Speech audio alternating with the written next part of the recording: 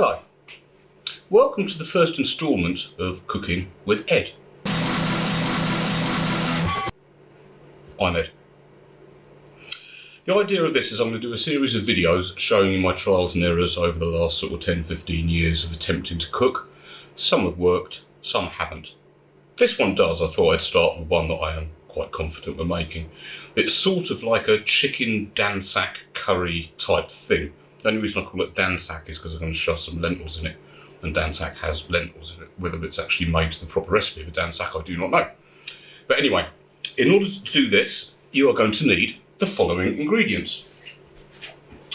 You are going to need, I'm cooking for 3 to 4 people, you're going to need 3 chicken breasts, large, preferably organic. What are you doing? I'm getting close-ups. Look, just You are close up. ignore me. Pretend I'm not here. Right, he's not here, right? Right, so 3 chicken breasts, a large onion, that's that thing. Okay. Alright? People say, when you read these recipe things, which are absolute rubbish, they say put in a couple of cloves of garlic. I put an entire bowl. Mushrooms. And we're going to need chicken stock, organic chopped tomatoes. Or did I mention the chicken breasts are organic? I can't remember. Coconut milk, lentils, and then we have our spices thingy. So we're having ground turmeric, paprika, ground cumin, cayenne pepper, fenugreek, ground ginger, and there's garam masala, but that's not going to be going until later. Also, I'm going to be showing you how I do my rice. When we do the rice, you're going to need cloves, mustard seeds, cardamom pods, fennel seeds, bay leaves. First thing I'm going to do, obviously, cut the chicken up, and I want to make a marinade. So the chicken's going to be marinating for about 3 hours before I actually start doing the cooking stuff. When you're cutting chicken, it has like a grain in it that runs that way with the muscle. Cut against the grain. That way it allows more of the flavours of the sauce that I'm going to be creating to actually seep into the chicken. I'm putting them into about inch cubes.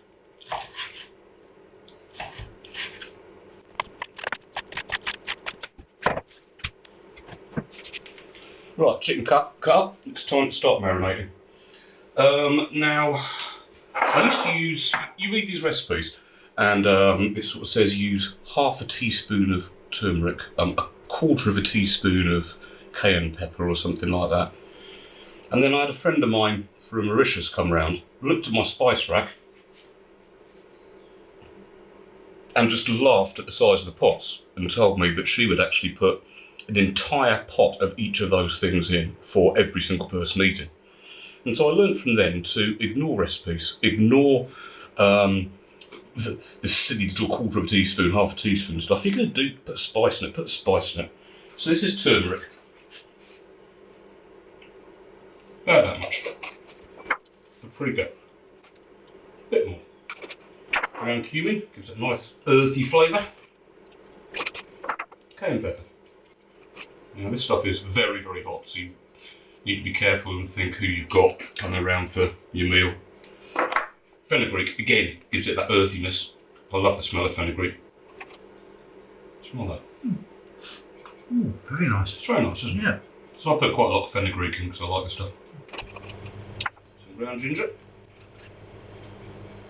And a little bit of ginger, because ginger is very, very strong. It really can overpower your meal. As I said earlier, the garam masala, wait till later. And then just mix that all up. And your fingers are your best mixing tool. Much better than using a wooden spoon or anything like that. Have you washed your hands first? I did wash my hands first. And I cleaned my fingernails. Good. I don't normally bother when I cook for these 3, but as I'm on film this time, I might as well. Right. That's the chicken ready. So what I'm going to do now is I'm going to cover that up, put it in the fridge, let that marinate for about 3 hours, and then we'll be on to stage 2. See you soon.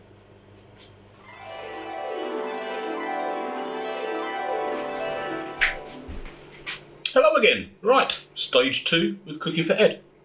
Cooking with Ed. I missed out 2 ingredients, vital ingredients in this when I gave the original list. One is fresh coriander, freshish. And Guinness. You can't cook a meal without Guinness. Proceed? Oh, I have permission to proceed, do I? Yes, that's why I said proceed. Thank you very much. Right, onion. Everybody has their own way of doing onions. There's lots of different ways of doing it. I like to do it in half like that. Peel the skin off. Then cut it completely in half. Take the edge, do it lengthwise, go with the grain. When I'm cooking Chinese food, I like to have the onion in big chunks if I'm doing like a chow mein or a stir fry.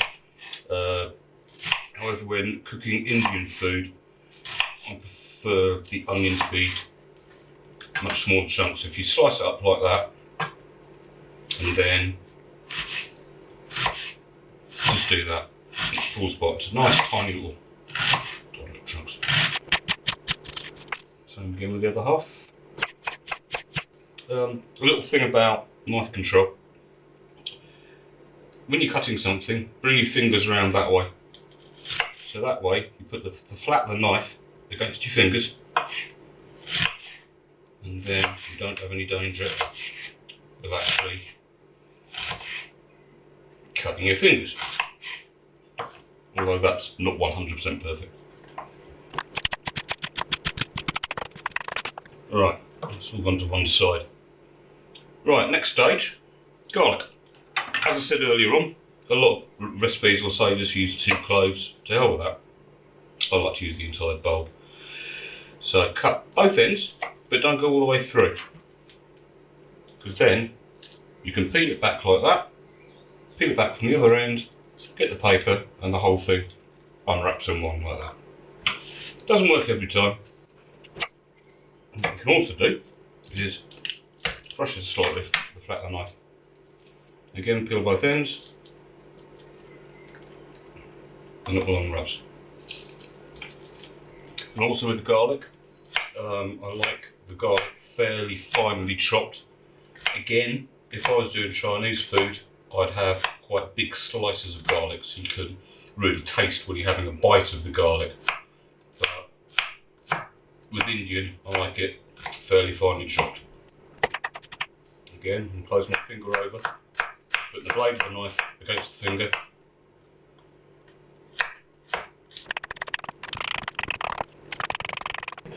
Okay, so that's my what's known as a base sorted out.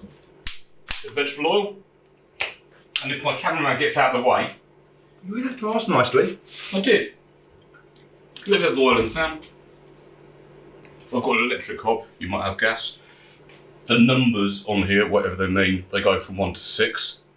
I'd like it to go to 11, but unfortunately my oven doesn't go to 11. It only goes to 6. And I found 4 is a good setting for onions and garlic before I put my chicken in. So my cameraman is now going to stand here for 5 minutes waiting for the oil to heat up in the pan. If he wants to do that, then fine. But I'm going to go. I'm going to go have a beer. He can stand there if he wants. Actually, I'm a bit thirsty myself.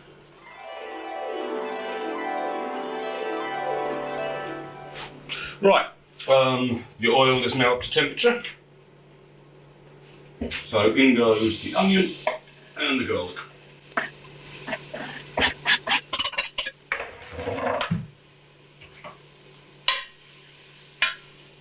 Nice stir, get the oil mixed into it. What I also need to do now is boil the kettle. Will you get out of the way again? Do you want me to boil the kettle for you? Okay. Done. Have you checked it's got water in? Yes, I put water in it. Oh yes, I that. Can't get the cameraman these days. And I'm basically going to let the onions and the garlic sort of cook through a little bit. It's not on a massive heat. It's quite gentle. I'm just going to let that sizzle away for sort of 2-3 minutes. Then I'm going to do the second round of spices. I'm using the same spices that I used earlier on for the marinade, but this time They're going to go straight in the pot, in the oil, with just a dash of boiling water, and this is going to make my curry paste. This is when you go to the supermarket and you would buy your jar of curry paste. This is what you see here is basically what they put into it. So this is doing everything from scratch because I find it boring just buying curry paste and just shoving it in a pot with some chicken. It's dull. Nothing exciting about that at all. And it also gives me an excuse for another drink.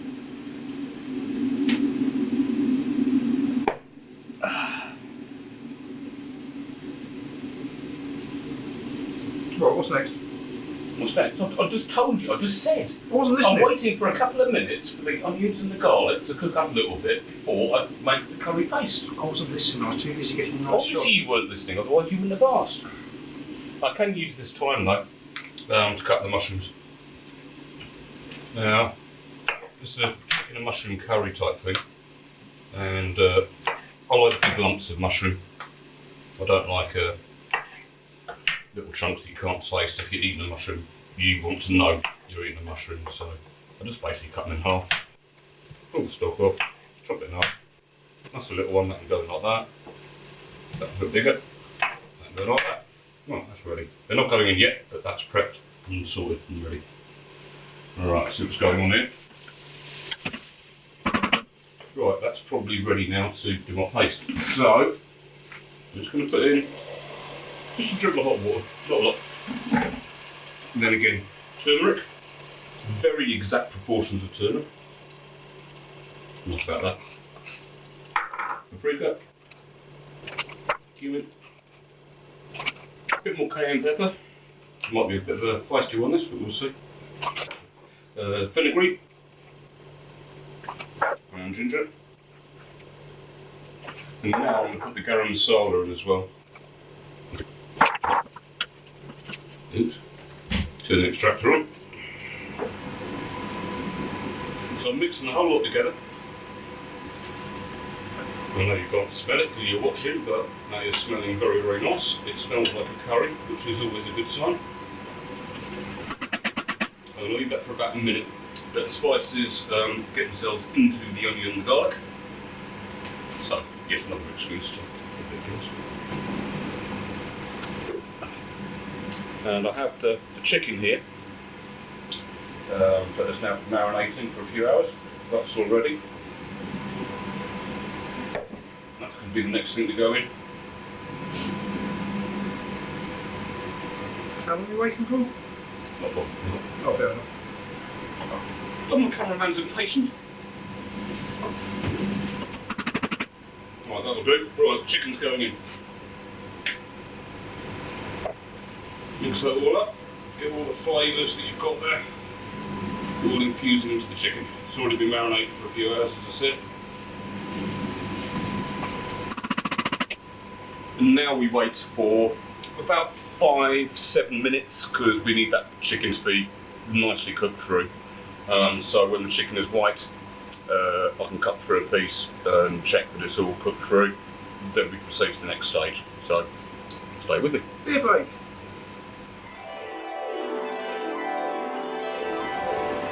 Right, see if the chicken's ready.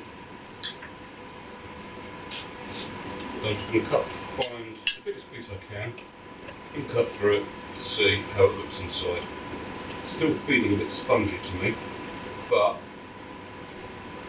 it's white inside, so that's cool. It's going to be still cooking away for a good 45 minutes, so it'll be well and truly cooked by the time it's ready.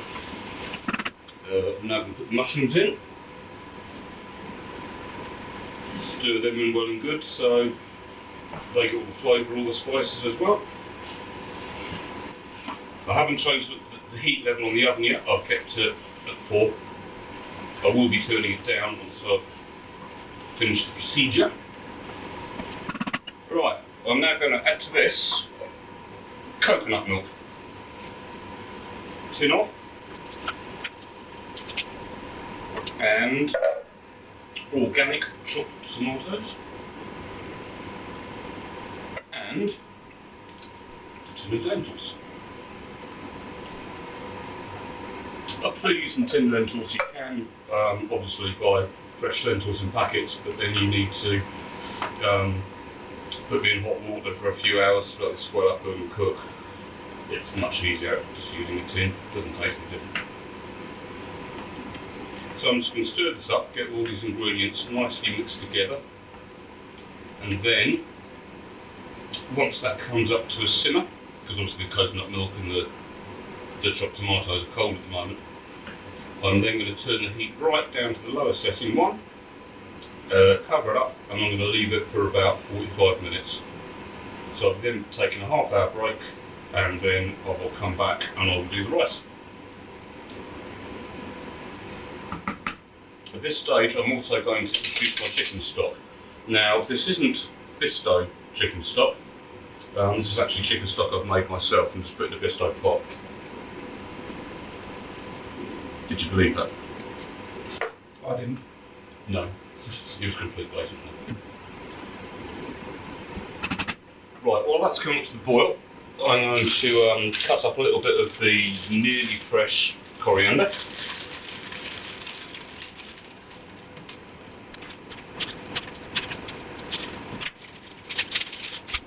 One interesting thing about difference between spices and herbs is that when you're cooking anything that involves spices and herbs, you put your spices in at the beginning of the meal so that the flavours can infuse into the food.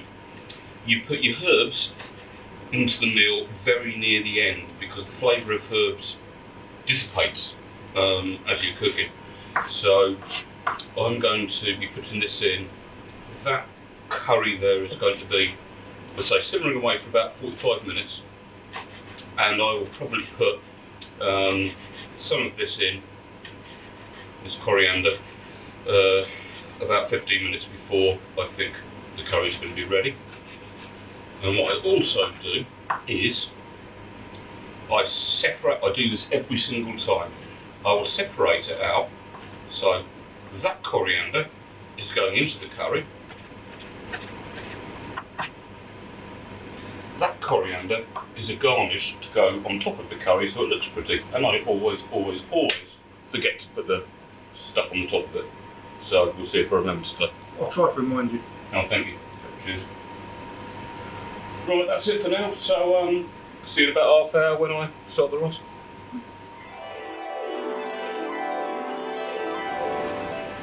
Right, let's see how we're doing.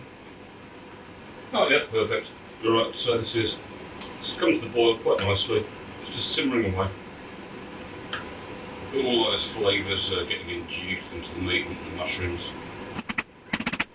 So now, I'm going to turn the heat down to the lowest possible setting, which is level 1. Shove the top on it. That's going to take about 45 minutes. So I'll come back in about 25 minutes and start on the rice. In the meantime, don't know what to do.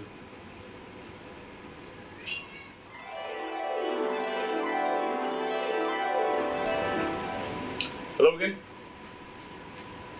Alright, now curry is coming along quite nicely. I decided I had some spinach left over, so I decided to put half a bag of spinach in. Spinach wilts down into absolutely nothing, but it's good for you, apparently. So we've got that. And this is the stage when I put coriander in as well. As I said earlier on, spices go in earlier in the meal, herbs go in later in the meal. So the coriander's in there now. We can keep the top off, and I'm going to let it evaporate a little bit and thicken off. It's basically reducing it.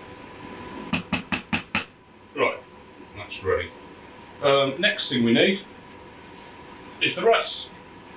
Now there's an exact way of doing rice, or rice the way that I have found. Get a pot of vegetable oil, heat it up to about 4. Then, first thing, mustard seeds. Quite a lot of mustard seeds. Cloves. Not a lot of people like cloves, but I don't like actually eating them. But what we are doing here, there's about 10 cloves in there. what we're trying to do here is we are trying to flavour the oil with all of these ingredients, which is then going to flavour the rice. Cardamom pods. Crush them up a little bit, because the seeds inside can actually give it the flavour. You just crush them just a little bit. All you want to do is split them. Chuck that in. Fennel, bit of aniseed flavour. Not that much.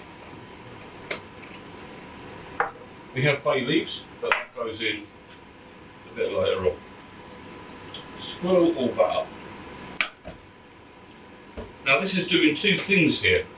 The oil is now going to be infused with all the flavours of the mustard seeds, the fennel, the cardamoms and the cloves.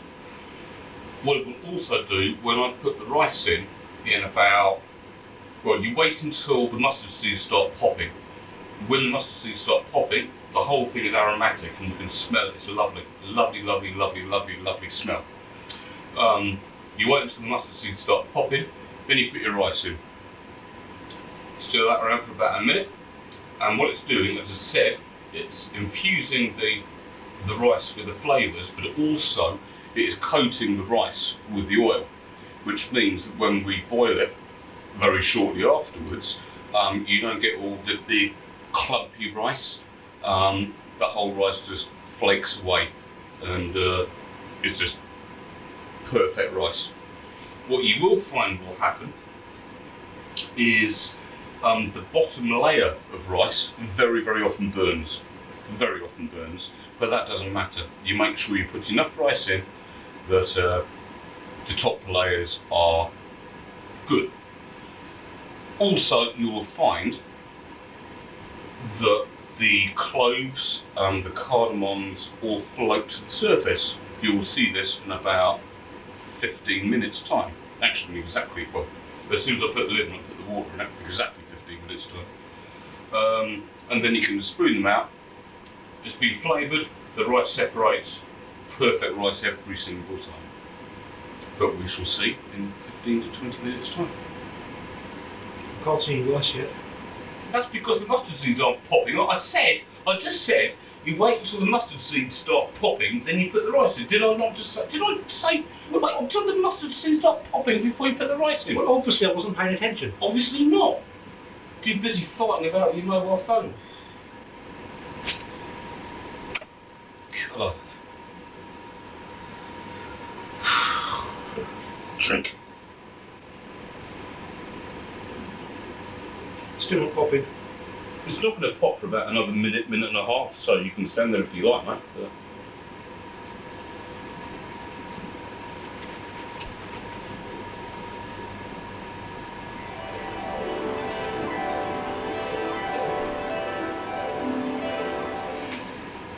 one other thing I forgot, sorry, this is the first time that I've done a cooking video and I should have been more prepared, but you want to put some fresh cream into it as well.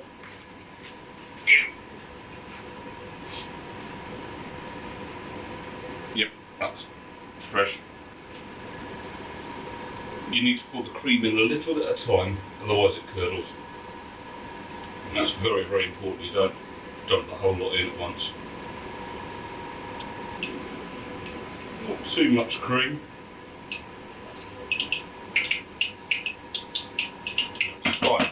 But now I need to concentrate on my rice because, as you can see and hear, the rice, the mustard seeds are now popping. They're definitely popping. They're popping. Yep. And they're popping. So now is when you put your rice in. About that. Get that. Stir it up.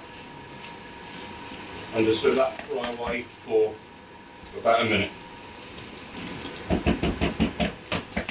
Okay, we'll be back in a minute. 2 seconds. Right.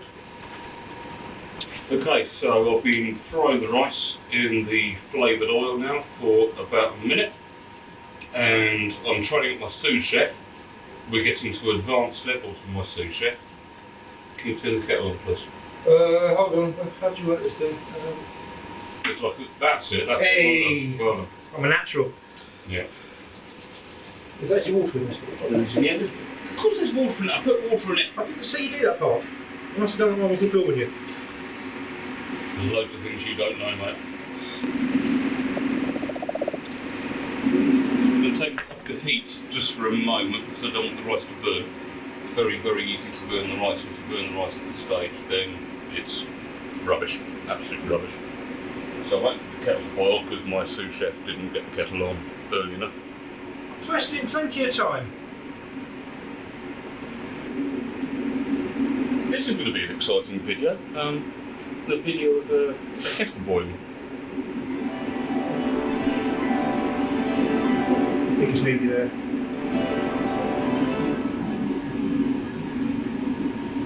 Kettle's boiled. Okay, kettle's boiled. Next stage of the rice making. So now this rice is infused by all the oil. It's all going to separate out, and this is the most important thing about making rice that I've learned the hard way over the years. Thank you, sous chef. That's alright. I've got about an inch of rice in there. I'm going to pour in twice as much water as I've got rice. So I've got 2 inches of water in there. I'm stirring it all up. I'm going to let it come to the boil, and I'm going to let it boil for about a minute.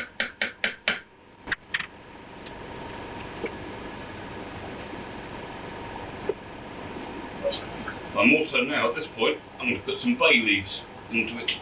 Gives it more flavour. If you've got saffron, if you can afford saffron, because it's not cheap, you can put some saffron at this stage. If you're going to use saffron, the best way to use it is you take out a pinch of saffron grains, put it in an egg cup with a bit of hot water, and let it steep for about 10-15 minutes, and then just pour the whole lot on. Well, so you haven't got any saffron then? We haven't got any saffron. Oh, fair enough.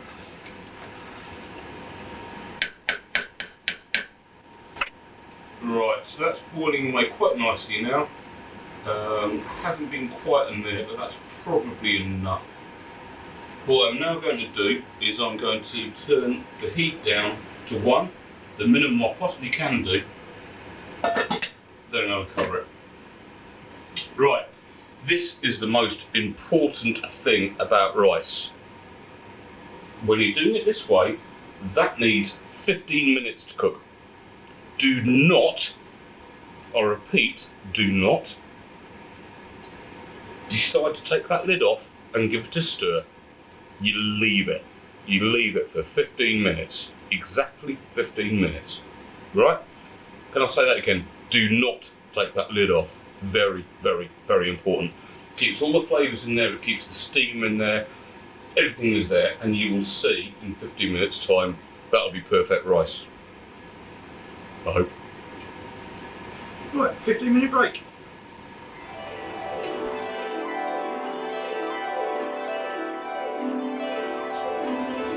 Okay then people, we're back. This is the final stage. The curry is now looking nice, it's thickened up beautifully. It smells great. But it tastes great is another kettle of fish, but it smells great. But here is the crux. Right, I haven't touched that rice. As I said, don't take the lid off. What you can do as a taster is just go bam. Then see if the rice is cooked through.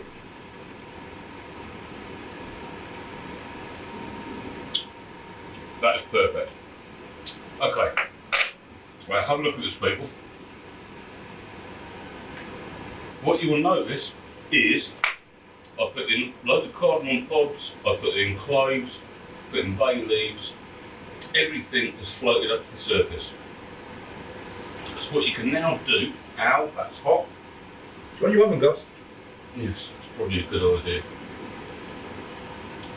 So now what you can do, everything's floated to the surface, so you can just scoop them off the top. Some people enjoy eating cloves and cardamom pods. Personally, I don't.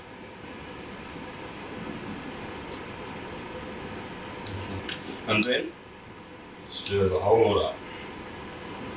And the aromas that are coming out of here now is just beautiful. It just smells amazing. Yeah, it does. And as you can see, all the rice is just light and fluffy.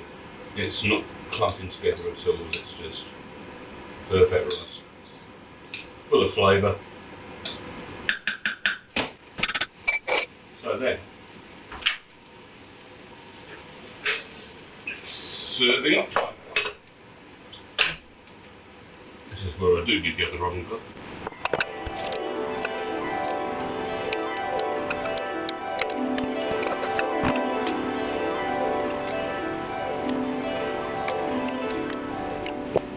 And for once, I've remembered.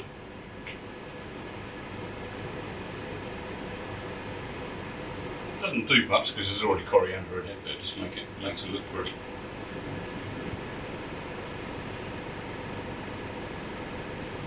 There you go.